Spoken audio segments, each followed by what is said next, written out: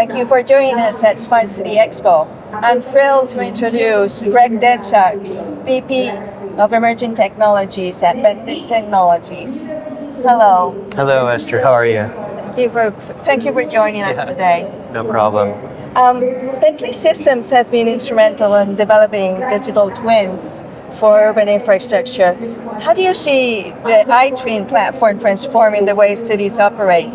And what are the most impactful use cases you've seen so far? Okay, yeah, good question. So Bentley Systems, I'm not sure if everyone's aware, so it's a we're a software development company, and we make software for engineering, construction, and operations, mostly focused on infrastructure. And so obviously infrastructure is a core part of a city. So this is the roads, the bridges, the utility networks, the power grid, the airports, the buildings. So all of that stuff that we almost take for granted, right, when it's working, is what we focus on. And we provide software for the engineers that use the tools we create to then engineer all of that infrastructure. But when we talk, that's sort of engineering and design and construction, but then when you talk about a city and digital twins, it has to move to this next level, which is like operations. And how do you sort of take all this design engineering models and then use it downstream? And so where we think that cities can get a lot of value out of this is, okay, maybe you've already invested in BIM modeling and photogrammetry and point clouds, and maybe you've even set up CCTV cameras throughout a city. Can you use all of that information and then have a better understanding of how your city is functioning, both for the people and also the infrastructure itself? And so we believe that the more visibility you have into like how the city's actually operating, the better you can basically stave off problems in the future or anticipate where you need to make new investments in new infrastructure or new planning interventions. So that's a bit of it. So it's about kind of going from design and construction all the way to operations. Operations and seeing how you can predict what's going to happen in a smart infrastructure. Yeah. Connecting the data. And I think the one thing that we bring to the table that's maybe more unique, it's because obviously with digital twins and in smart cities, sometimes it's just a dashboard and it's data, and I get that, right? It's sort of like time series information rendered on a graph. And what we bring is a geospatial context to that information, right? Like where is that information? And not only like where, but when. So if you take where and when, and then you can start to understand patterns, right? And so the classic example would be like a heat map on a map, like where trends are happening. And so that I think is a nice way to understand information is using a visual medium like that, like a heat map or a spatial context. In OpenCities, OpenCities Planner offers a powerful visualization for city planning in that sense, enabling collaborative decision making. How do you envision this tool shaping the future of smart cities, especially in terms of sustainability and citizen engagement? Yeah, so the tool, Smart Cities Planner, it's a web-based open platform, again, geospatial, so it starts really with a three-dimensional view of the city that then you can overlay different layers of data, like transportation networks, where you have like green infrastructure, water networks, IoT sensors.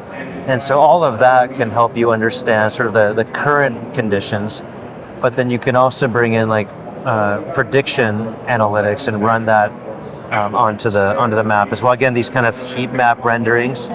And so that might be an indication of like, okay, where is maybe high air, like pollen in the air, or high pollutants. Do you need to intervene in that? Are we planting enough trees in this city, and run these kind of analysis? So I think that's it. It's about providing just a sort of map-based geospatial context to then visualize information to help people make decisions. That's the idea. And then lastly, can you talk about your recent acquisition of Cesium and what it means for cities? Yeah. So Cesium, Cesium's been around, I think, since around 2010. It's an open source, open standard 3D model, really, of the entire planet Earth. In fact, now they have the entire moon modeled. And so you can use this model of the Earth to then geolocate anything you want. And it's using this tiling system, which I think is very unique. It allows you to literally zoom from the planet all the way down to like the detail of a bolt, if you want, and sort of the infinite ability to zoom through content. So that's sort of like this space there, the planet geospatial, but also this 3D tiling technology. And so we recently acquired Cesium, Bentley Systems, and by the way, Cesium had already been in use in cities throughout the world. There's like over like 10,000 developers building custom apps with it for like use cases around cities and smart infrastructure.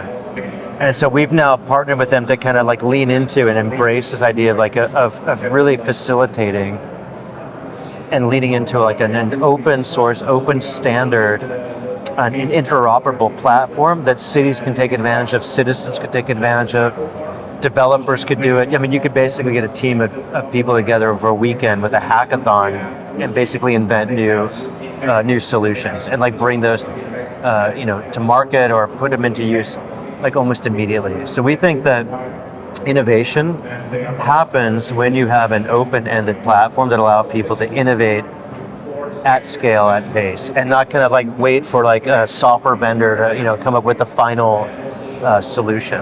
So that's a little bit about that. And then the other thing is maybe we can show you later. Very cool thing. Cesium also integrates with other platforms like Unreal Engine, Unity, Omniverse, WebJS. So we've been building a plugin into Unreal Engine based on Cesium, where we can now take all these geospatial models from Google 3D Maps, so that Google Earth, stream that into the engine. We can get high resolution BIM data and stream that into the engine. We can get photogrammetry, point clouds, using this Cesium plugin and stream it all into this kind of interactive environment. And I think like what better way to kind of understand a city or future state of the city than to just like immerse yourself directly in it. So I think for citizens, for everyday people, right, who use the city, who walk around the city. Would that be the concept of the metaverse? Like metaverse. And our idea of the metaverse is it's a metaverse but grounded in like the physical world rather than like an abstract. It's a digital twin within the metaverse. Yeah. Well, that's fascinating. I think that could be really exciting. So I'd love to see Catalonia, Barcelona, like just take this platform, build a fully interactive, open source, accessible to the public metaverse of the city. Citizens could basically leave comments, leave observations. And again, back to that heat map, you could start almost measure like sentiment of a city if you made that available, sort of crowdsource. Open source is the way to go, in my opinion. That's the essence of smart cities. And I really would like to see this happen at a global scale. Nice, let's do it. Yeah, let's connect the dots and wire it up. I think it'd be amazing.